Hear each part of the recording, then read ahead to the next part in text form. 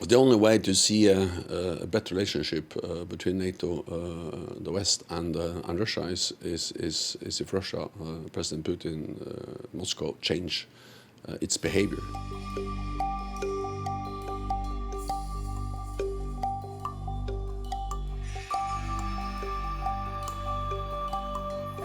Okay, so I just want to start on a more personal note and to go back to February 24th last year. Can you talk us through in a little bit of detail the moment when you were told finally that Russia was sending in the tanks to Ukraine after all those months of warnings, of trying to stop it? What were your emotions at that moment? As we knew the invasion was going to come, we had very precise intelligence, and NATO allies shared the intelligence, something we usually don't do, to warn against the planned invasion, but also to engage heavily with the Russians to try to prevent them from implementing the plans. Then I remember the evening before, on the 23rd of February, I was supposed to go to Den Haag to give a speech. I cancelled that because it was obvious that Russia was preparing for an invasion, also the following day or the following night. I gave a speech also virtually to the people in Den Haag, and I warned against the imminent threat of an invasion, that this was the most dangerous time in Europe's history since the Second World War. And then I remember I went to bed, but it was a very short night because I knew that at some stage, within hours, someone was going to wake me up, and that was exactly what happened. Around 4 o'clock, I was called by my chief of staff, and he just briefly told me that they have started, meaning the invasion has started. No surprise, because we knew, but then I remember I had a phone call with Secretary Austin and Secretary Blinken, the U.S. Defense and Foreign Secretaries. And then I went to NATO headquarters. People have been awake the whole night.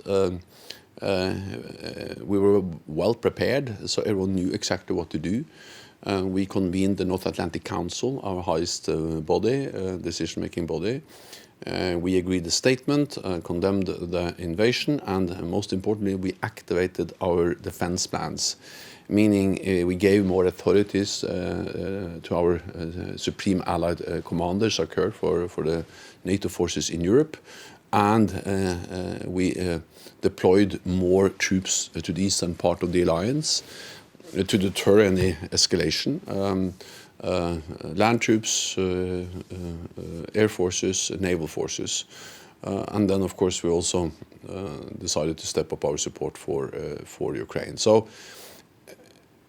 it's possible to be shocked by the brutality of the war, but there's no way to be surprised, because this was really something that was predicted months ahead of the invasion, and the days before, it was obvious that it was going to happen, and actually on the 24th.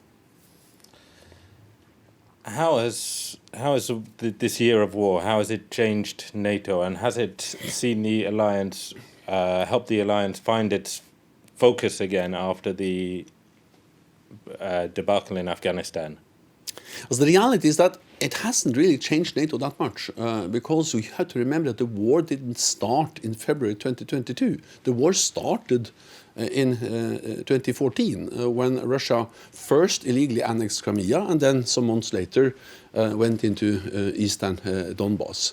So since 2014, we have seen a big change of NATO. The biggest adaptation of this alliance in a generation, with high readiness of forces, with new defense domains like cyberspace, but also, of course, the battle groups, the increased presence in the eastern part of the alliance, and France is part of that, leading the battle group in Romania. But this didn't start on the 24th of February 2022. It started back in 2014, and has been a big adaptation of the alliance. So I think what we have seen since the full-fledged invasion last year is the value of North America and Europe standing together, is the importance of what we have done over the last years to invest more in defense, increase readiness, both to be able to provide support to Ukraine, but not least to prevent escalation. We have increased our military presence in the eastern part of the lines, not to provoke a conflict between NATO and Russia, but to prevent the conflict, to preserve peace for NATO allies. So, if anything, it has proved the relevance and the importance of NATO, the transatlantic bond, and not least all the big changes that has happened in this alliance on collective defense since 2014. All allies understand that Russia is now our most imminent threat, and President Putin is conducting aggressive policies. President Putin wants a different Europe. He wants a Europe where he can control neighbors, where he can decide what countries can do or not do, and if they do something he don't like, then he invade them. We've seen that in Georgia. We've seen forces in Moldova without the consent of the government in Moldova, and then, of course, the invasion, the military actions against Ukraine since 2014. And all allies see that. That's also the reason why all allies agreed a strategic concept at our Madrid summit, where we also made clear that Russia is our most imminent military threat. Having said that, we need to remember that for many years after the end of the Cold War, I think it was right to try to establish a better relationship with Russia. It was an historic opportunity, and for many years we thought it was possible to seize this historic moment to develop a better relationship with Russia. I believe that myself as Norwegian Prime Minister. We were in my Norwegian capacity, I worked with Russia in many ways. And for many years we thought that was possible. Then gradually that changed, first with the invasion of Georgia in 2008, then of course the brutality of the war in Syria, then 2014 illegal annexation of Crimea, and then of course now with the full-fledged invasion, Russia has really walked away from the idea of meaningful dialogue between NATO and Russia. So it has been a gradual development over some years, but NATO's approach was for many years, and I think it was the right thing to try, to develop a better relationship with Russia based on what we call deterrence, defense, and dialogue. Do you think that, I mean, in your early 60s, do you think ever in your lifetime we will see this better relationship between NATO and Russia again, or are we now facing a standoff that will last for decades? The only way to see a better relationship between NATO, the West, and Russia is if Russia, President Putin, Moscow, change its behavior. As long as it continues to use military force to try to control neighbors, there's no way we can have a good working relationship. Then I've always been careful predicting how long it will last until something changes, because suddenly we see changes. We saw the fall of the Berlin Wall, or we saw 9/11 that suddenly made terrorism the big task for NATO. So we need to be prepared for long haul. This may last for many years, but at the same time, we should just be prepared for the unforeseen, and that's also the reason why we should invest in our deterrence and defense, but also, of course, always look into whether there are opportunities to, again, come into a situation where there is room for a better relationship. But with the current behavior of the Russian regime, the regime in Moscow, there's no way. They have decided to confront, to use military force. They want a different Europe, and therefore I'm not very optimistic. I think we have seen previously in history that countries that have been enemies for centuries can be friends. France and Germany is an example. The Nordic countries, we used to fight each other for centuries, and now we are the best friends. So it has happened before. Many hoped that that was going to happen after the end of the Cold War, but now Russia decided not to move into a constructive relationship with NATO, but actually decided to invade and use brute military force to achieve their goals. And have you now put in place, or are you putting in place the structures on the east of the eastern flank that will enable you to confront this threat for the foreseeable future then? Yes, but of course we are constantly adapting what we do. As NATO is the most successful alliance in history for two reasons. First, our unity, North America and Europe standing together. Second, our ability to change when the world is changing. So we're constantly adapting, constantly changing. After 2014, the illegal annexation of Crimea, we have implemented a big reinforcement of collective defense. But we are constantly adapting, further strengthening that. So, for instance, at the summit in Madrid last year, we made new big decisions on how to further strengthen our deterrence and defense. And allies are stepping up, investing more. And again, France is very much part of this adaptation of NATO, delivering critical capabilities to our collective defense. You spoke about the long run-up to the war, going all the way back to 2014 and even all the way back to Georgia. Do you have any regrets? Do you feel that NATO could have done more to stop this happening in terms of arming Ukraine, bringing Ukraine closer to NATO?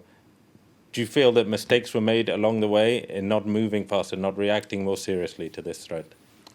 First of all, I think it's extremely important to remember that this is a war of choice by President Putin. There's only one responsible, and that is President Putin and the decision makers in Moscow. We can analyze, we can discuss, we can always in hindsight consider different decisions, but that doesn't in any way remove the responsibility that President Putin has for this war. He could have chosen a different path. There was no need for him to invade Ukraine. There was no threat coming from Ukraine against Russia, and every nation has the right to choose its own path, and that was exactly what he tried to deny Ukraine. So I'm always very careful about starting in a way to discuss what we could have done different 5 or 10 years ago, because it creates this idea that it's not President Putin's fault. It's his responsibility. Sometimes in history it's black and white. Sometimes it's really right and wrong. And it's wrong to invade a neighbor, use military force as President Putin has done. There's no excuse. It's a blatant violation of international law. And this idea that the fact that Ukraine was seeking EU membership, NATO membership, was a provocation and a threat to Russia. It's totally wrong, because every nation has the right to choose its own path. I'm coming from a small country myself, bordering Russia, Norway. And of course, when Norway joined NATO in 1949, the Soviet Union said that was a big provocation. I'm very glad that Paris and London and Washington, the big NATO powers at that time, decided it's for Norway to decide. And the enlargement of NATO with the Baltic countries, Poland, many other countries, has helped to spread democracy, freedom across Europe, and has never been a threat to Russia. It's not in a way NATO expanding aggressively towards the east. It's these countries in the east, the former Warsaw Pact countries, that through democratic free choices decide that they want to be part of the Euro-Atlantic family, the European Union, NATO, because they believe in democracy and freedom. So, yeah, there's no way we should remove the responsibility for this war from President Putin and the decision makers in Moscow. And last question, just you've spoken about this being a vital period for Ukraine, and I think many expect this to be a very difficult year going forwards for the Ukrainian forces. What will NATO do if Ukraine loses this war? We are there to ensure that Ukraine wins this war and to provide them with the weapons, the ammunition, the support they need. Again, France is helping. Other allies are providing support. Because if President Putin wins in Ukraine, it will be a tragedy for the Ukrainians, but it will be also dangerous for all of us because then the message to him and other authoritarian leaders is that when they use military force, they can achieve their goals. And then the world becomes more dangerous and be more vulnerable. So it's in our security interest to ensure that President Putin does not win this war. Thanks so much. Thank you.